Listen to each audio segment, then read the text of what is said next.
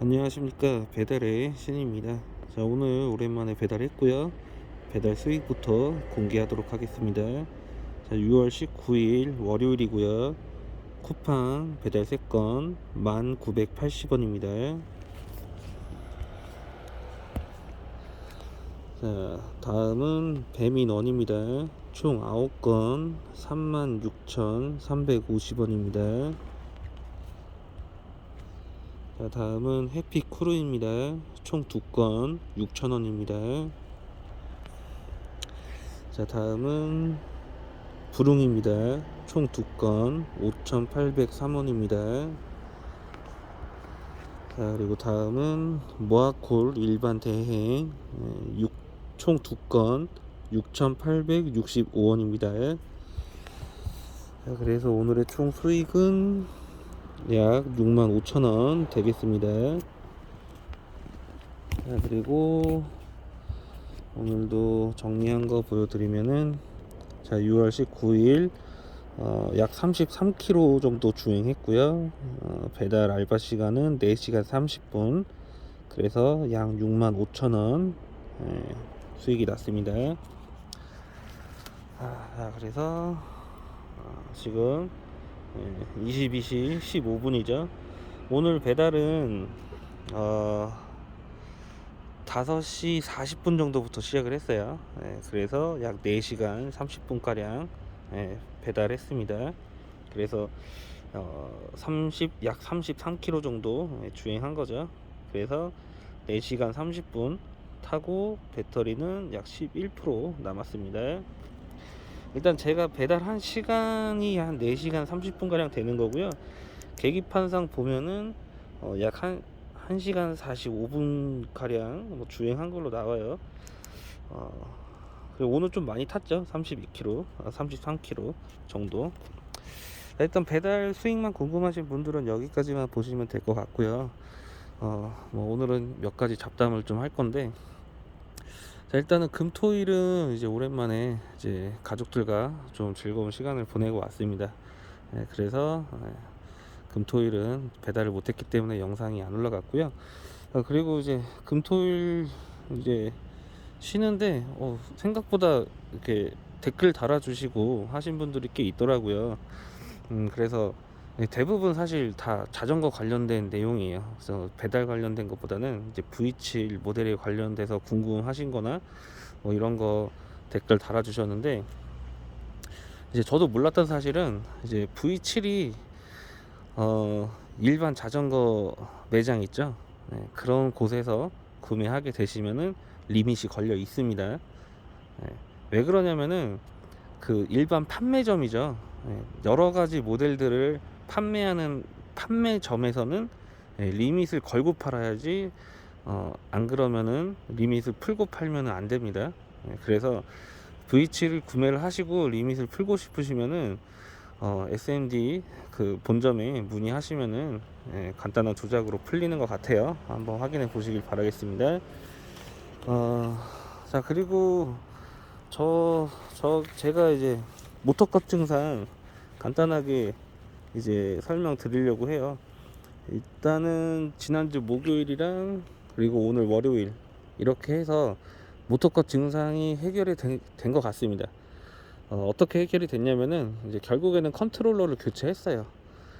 그 SMD 바이크 사장님이랑 계속 모터컵 관련해서 서로 이야기를 하다가 이제 마지막으로 간단하게 해볼 만한 건 다 해봤고, 이제 마지막으로 모터컵 교체해보자 해가지고 이제 모터컵 교체를 했습니다. 그리고 나서 목요일날 교체해서 주행했고, 그리고 오늘 월요일 주행했고, 그 모터컵 증상이 전혀 안 나타납니다. 그래서 이제 SMD 바이크 사장님이랑 얘기한 거는 그 수많은 컨트롤러 중에서 이제 제가 받은 게 불량일 수 있겠다, 약간 이런 이야기를 했습니다. 왜냐면은 다른 분들한테는 이렇게 뭐 저처럼 이렇게 심각하게 발생한 게 없어요. 저는 매일 배달을 하는데 이게 발생이 됐었던 건이고, 다른 분들은 뭐 연락조차 없어서 오히려 SMD 바이크 사장님이 고객분들한테 연락을 해서 문의를 할 정도로 체크를 했던 부분인데, 결과적으로는 저만 심각하게 문제가 있었던 것. 근데 뭐 주행에는 크게 문제 되진 않아요. 제가 뭐 단어 표현을 심각하다라고 했는데, 이제 제가 배달하는 뭐 3시간 내지 4시간 동안에 뭐 한두 번 내지 두세 번 정도 모터컷이 이제 매일 발생했었습니다. 근데 컨트롤러 교체를 해서 해결을 했다. 그리고 이 얘기를 왜 하냐면은, 이제 중간중간에 이제 다른 분들이 이제 다른 업체에 이제 전기 자전거를 타시는데 본인들도 모터컷 증상이 있었다, 이런, 그래서 뭐 모터컷 케이블을 아예 뭐 자르고 타면 이상 없다, 뭐 이런 댓글도 달아주셨는데, 저 같은 경우는 아직 뭐 이틀째지만 컨트롤러를 교체해서 해결을 했기 때문에, 모터컷 증상이 문제가 되시는 분들은 그 제조사와 연락해서 컨트롤러 교체하는 것도 괜찮은 방법인 것 같습니다. 제가 그 S&D 바이크를 계속 칭찬하는 이유는 이런 문제점들이 있는데, 이런 부품 조달이나 이런 게 굉장히 부드러워요. 되게 적극적으로 그 소비자가 만족할 수 있게 대응을 잘 해줍니다. 그렇기 때문에 저는 이번 뭐 소소한 문제가 있었지만 굉장히, 오늘도 한 30분 통화했거든요. 근데 굉장히 즐겁게 통화했어요. 뭐 이런저런 계속 이제 제가 갖고 있는 자전거에 대한 생각과 S&D 바이크 사장님이 갖고 있는 자전거에 대한 생각을 서로 이야기하면서 되게 즐겁게 통화했고요. 뭐 앞으로도 계속 뭐 별거 아닌 문제도 아니면 제가 궁금한 것도 뭐 이렇게 계속 통화를 하면서 지낼 수 있을 것 같아요. 굉장히 좋습니다. 그래서 저는 그 S&D 바이크를 굉장히 추천을 드려요. 그 문제가 생겨도 그 후속 조치가 빠르게 진행될 수 있다. 이 부분을 좀 굉장히 추천드립니다.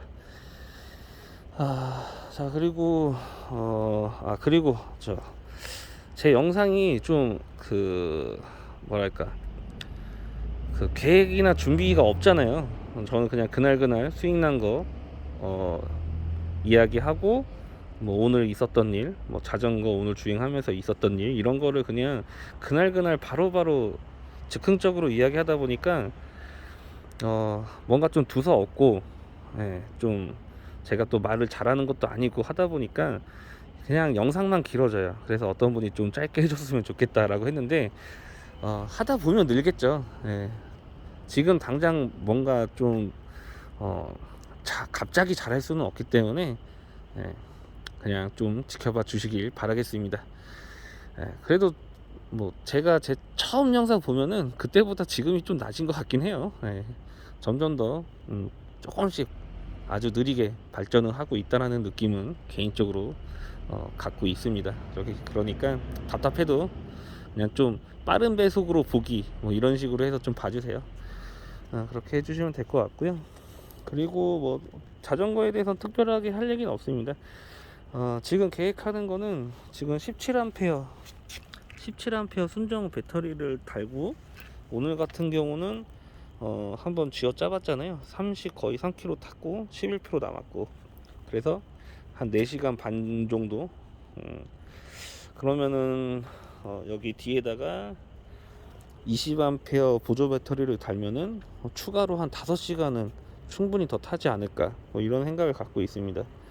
그래서 뭐 지금도 거의 대부분의 스로틀 주행을 하는데, 이제 배터리가 30% 남았을 때는 좀 파스 모드를 좀 더 많이 쓰는 편이에요. 그렇기 때문에 보조 배터리를 달게 되면은 더 여유롭게 스로틀 주행하면서 좀 더 편하게 주행하지 않을까, 이런 생각을 합니다. 그리고 그 S&D 바이크 컨트롤러 깜빡했는데, 이게 또 말이 계속 컨트롤러 얘기했을 때 컨트롤러 얘기를 계속 했었어야 되는데, 이것처럼 준비를 안 하기 때문에 좀 뒤죽박죽이에요. 컨트롤러 무슨 이야기를 드리고 싶냐면은, 그 S&D 바이크 컨트롤러는 토크값 조정이 돼요. 그래서 내가 좀 강하게 타고 싶다 하면은 S&D 바이크 사장님한테 컨트롤러를 보내면은 조정을 해서 보내줍니다. 근데 난 조금 부드럽게 타고 싶다 하면 토크 값을 또 내릴 수가 있어요. 이거는 굉장한 것 같아요. 이렇게까지 해주는 업체가 있는지는 모르겠습니다. 근데 뭐 제가 뭐 여러 업체를 뭐 다 알지는 못하지만 뭐 제가 경험한 것만 얘기하는 거잖아요. 근데 S&D 바이크 사장님이 아무튼 그런 컨트롤러 미세한 토크 조정값까지 다 고객들의 입맛에 맞춰 주려고 하시는 것 같아요. 아무튼 뭐 대단하죠. 저 같은 경우는 지금 이제 토크 값을 이제 한 단계 내린 거예요. 그래서 오늘 왜 배터리를 쥐어짜면서 이제 주행을 했냐면은 토크 값이 조금 한 단계 낮췄을 뿐인데 배터리 효율이 조금 더 좋아졌습니다. 왜냐면은 출력을 계속 고출력을 안 주기 때문에 그 미묘한 차이가 배터리를 조금 더 오래 탈 수 있게 좀 만들어 준다고 해요. 그렇기 때문에 제 생각에는 그냥 평지에서 좀 길게 라이딩 하시는 분들은 언덕 없고 그냥 평지에서 주행 그냥 레저용으로 즐기시는 분들은 토크 값을 좀 내려서 좀 더 부드럽거든요. 이게 토크 값을 내리는 게 그러면 그렇게 좀 더 부드럽게 길게 주행하는 그런 걸 원하시면은 S&D 바이크 사장님이랑 이야기하시면 될 것 같고, 아니면은 뭐 제가 하는 지역처럼 이제 언덕이 많아서 힘들다 그러면은 뭐 기존 토크값 그대로 유지해서 타셔도 될 것 같아요. 더 올리는 거는 안 되는 것 같아요. 왠지 좀 뭔가 부하가 걸릴 수도 있고. 근데 저는 제 쪽에 언덕이 많다고 이제 말씀을 드렸는데, 오늘 이제 언덕을 좀 많이 이제 타봤어요. 근데 이제 기존보다 토크 값이 내려갔기 때문에 조금 출력이 떨어지는 거는 맞는데 크게 문제되진 않아요. 크게 문제되지 않고 스로틀과 파스 같이 병행해서 언덕 올라갈 때 전혀 힘들진 않습니다. 근데 저는 이제 두 가지 맛을 다 본 입장으로서 이제 말씀드리면은